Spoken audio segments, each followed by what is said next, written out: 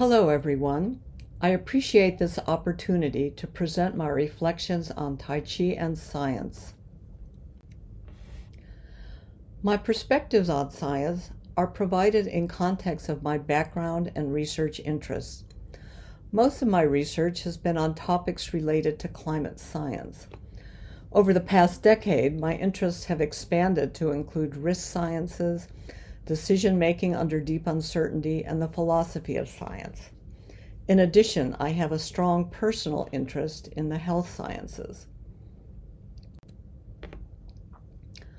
My exposure to Tai Chi began in 1980. A chance meeting with Sifu Bruce Moran encouraged me to join the University of Chicago Tai Chi Club. My motivation for joining was to deal with hip and back pain associated with scoliosis. I became an avid club member, practicing about 6 hours per week for a period of 6 years. I received a rich education on Tai Chi practice and philosophy and benefited both physically and mentally from the practice. After I left Chicago, and over the course of moving to a number of different universities and cities, I tried many different Tai Chi clubs. However, they seemed boring to me, just a group of people going through some motions. About 8 years ago, Master Reza Nejad moved to Reno, Nevada, where I live.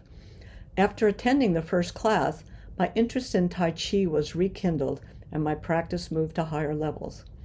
I'm very grateful to both Sifu Moran and Master Nejad for the opportunity to study and practice Tai Chi with them.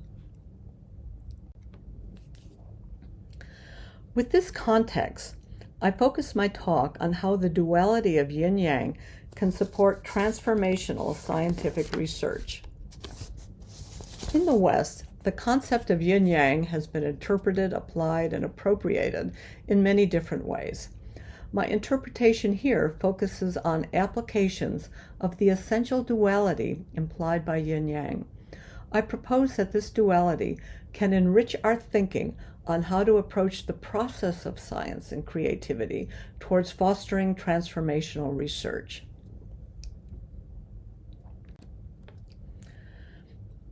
At the most fundamental level of scientific research, the duality of binary modes of thinking reflects the essential yin-yang tension. These two modes of thinking have been described from the perspectives of economics, psychology, and physics.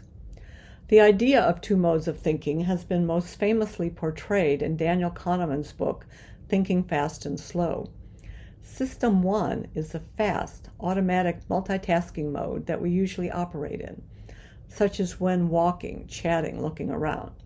By contrast, System 2 is a more deliberate and focused mode of mindful intent. You might think that System 2 thinking is the most important mode for scientific research.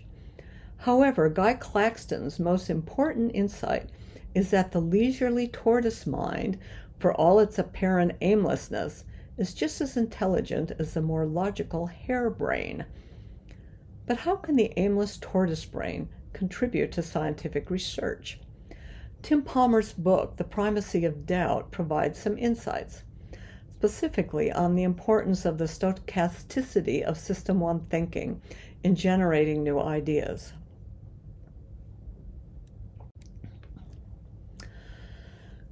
Palmer provides an energy-based interpretation of thinking, whereby System 2 is the high-power intensive mode.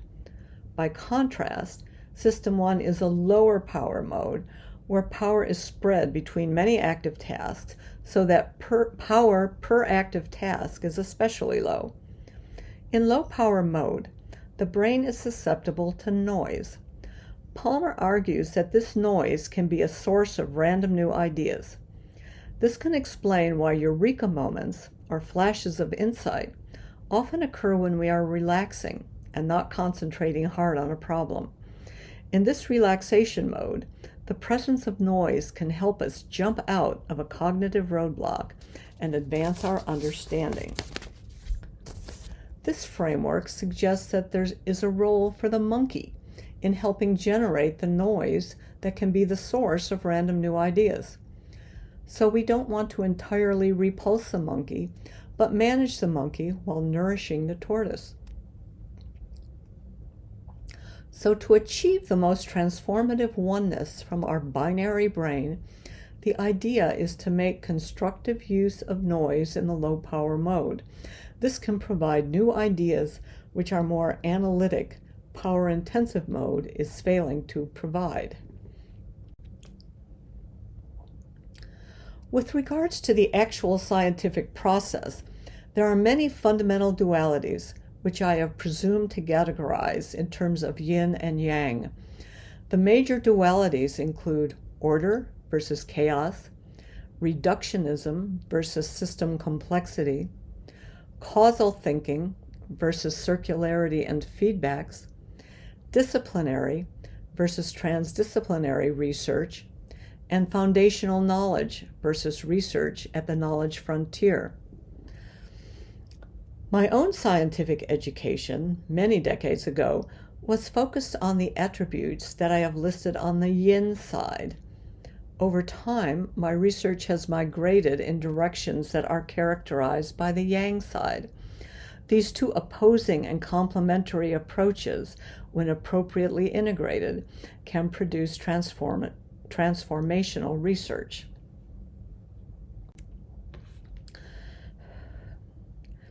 In addressing a specific scientific problem, frames shape how we conceptualize it.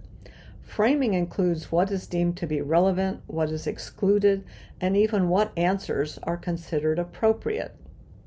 A framing bias occurs when a narrow frame preordains a conclusion to a much more complex problem. On the other hand, if we frame a simple problem too broadly, finding a solution can be much more difficult. Some problems are tame in the sense that the appropriate boundaries are clear.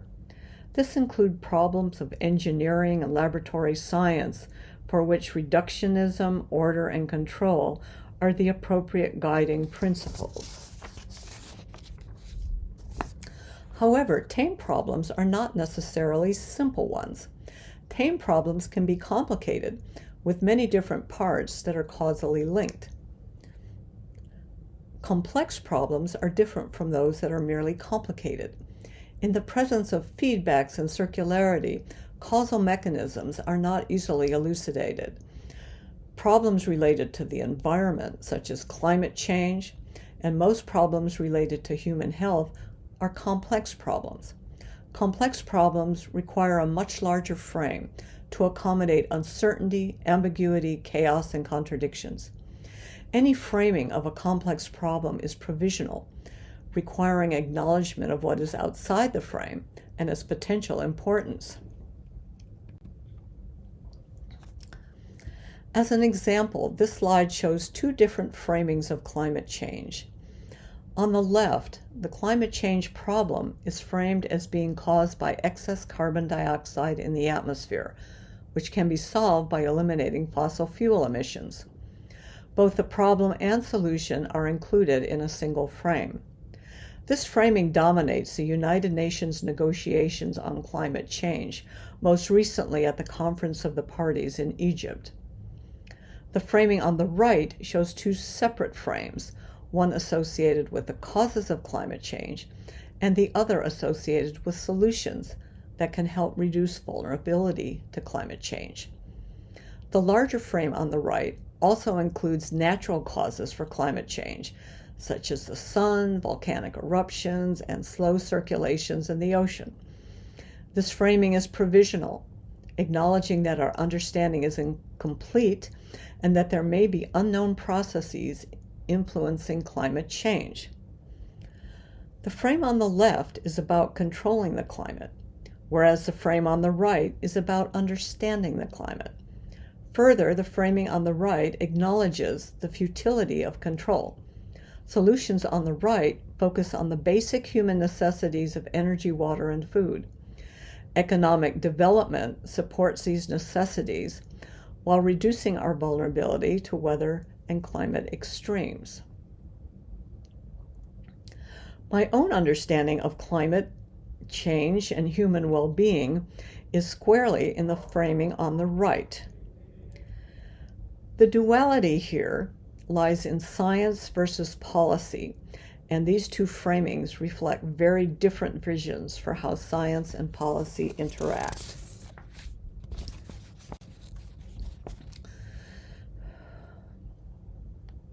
Using the framework of normal and post-normal science, the pandemic provides insights into how we understand and conduct science, particularly when it is relevant for urgent policy making.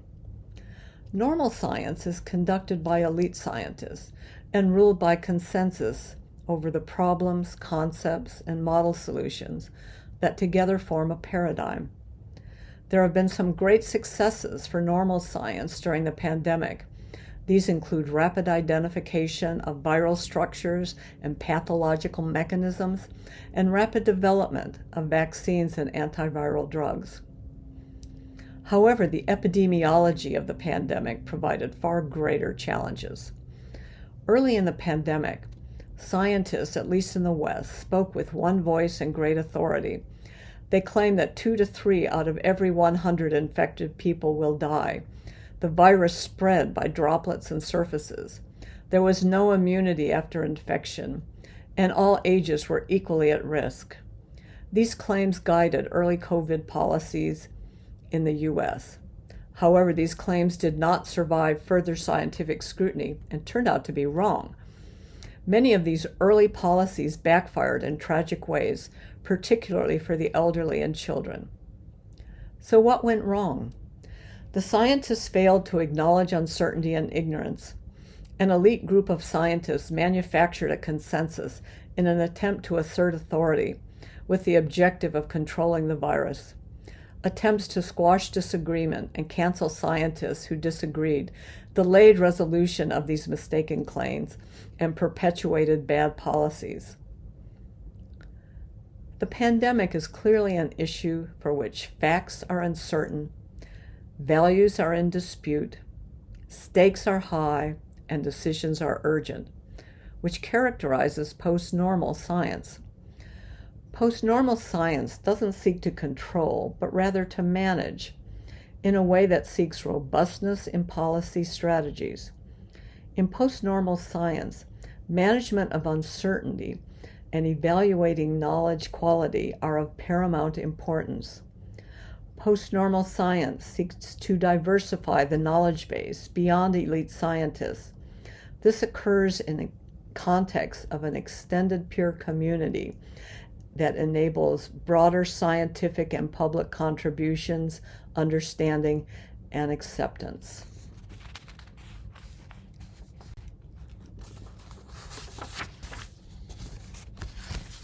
Wicked problems are challenges that share some commonality with post-normal science, but there are key differences.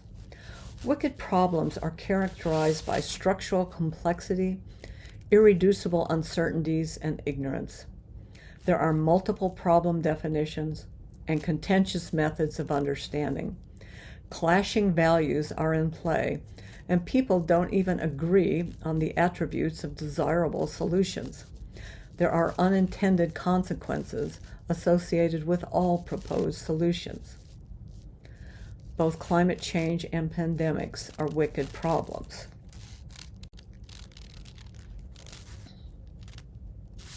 The wickedness of wicked problems is related to the duality of science and politics.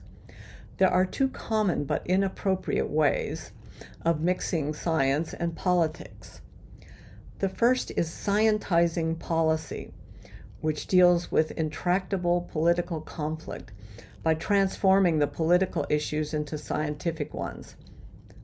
The problem is that science is not designed to answer questions about how the world ought to be, which is the domain of politics. The second is politicization of science, whereby scientific research is influenced or manipulated in support of a political agenda. We have seen both of these inappropriate ways of interfacing science and politics in dealing with the pandemic and also climate change. There's a third way, which is known as wicked science. Wicked science is tailored to the dual scientific and political natures of wicked societal problems. Wicked science uses approaches from complexity science and systems thinking in a context that engages with decision makers and other stakeholders. Wicked science requires a transdisciplinary approach that treats uncertainty as of paramount importance. Effective use of wicked science requires that policymakers acknowledge that control is limited and the future is unknown.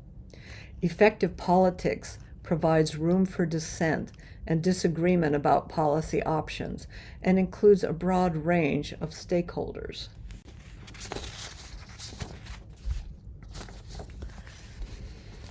As an example of wicked science, I put forward my new book, Climate Uncertainty and Risk, which is in press. This book encompasses my own philosophy for navigating wicked problems and provides a slice through the wicked terrain of climate change. The book is massively transdisciplinary, including perspectives from science, technology, politics, policy, philosophy, social psychology, uncertainty, and risk. Accomplishing the book's objectives in 250 pages required careful framing.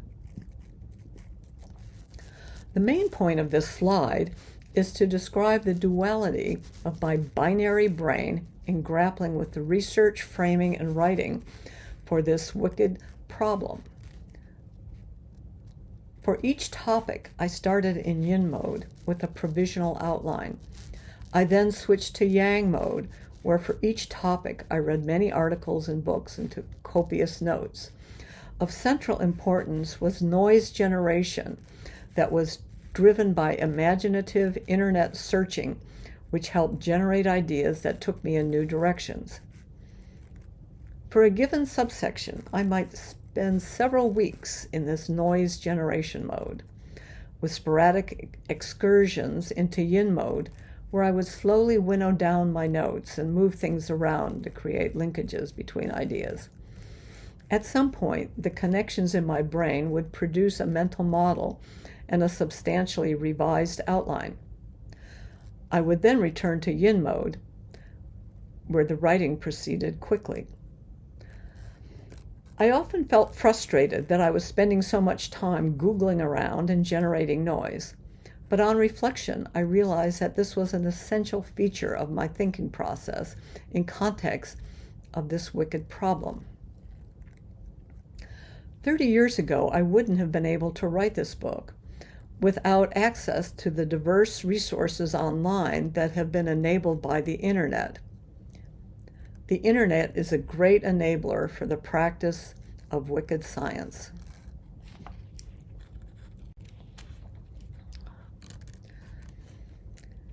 These approaches to thinking about science are relevant for Tai Chi and health sciences, which is the focus of this forum. There are several dualities here. The most important one is the duality between Eastern and Western approaches to medicine, with the Western approach being reductionist and the Eastern approach being more of a whole body approach. Another duality is basic versus clinical research. There is also the duality of curative versus preventative approaches. The red arrows indicate feedbacks between health science and the practice of Tai Chi. I look forward to learning about your research and how we can enrich our health and our practice of Tai Chi. By opening the boundaries and enlarging the frame of how we approach Tai Chi science and practice, we enable transformational research that advances toward oneness and health. Thank you, and I look forward to your questions and comments.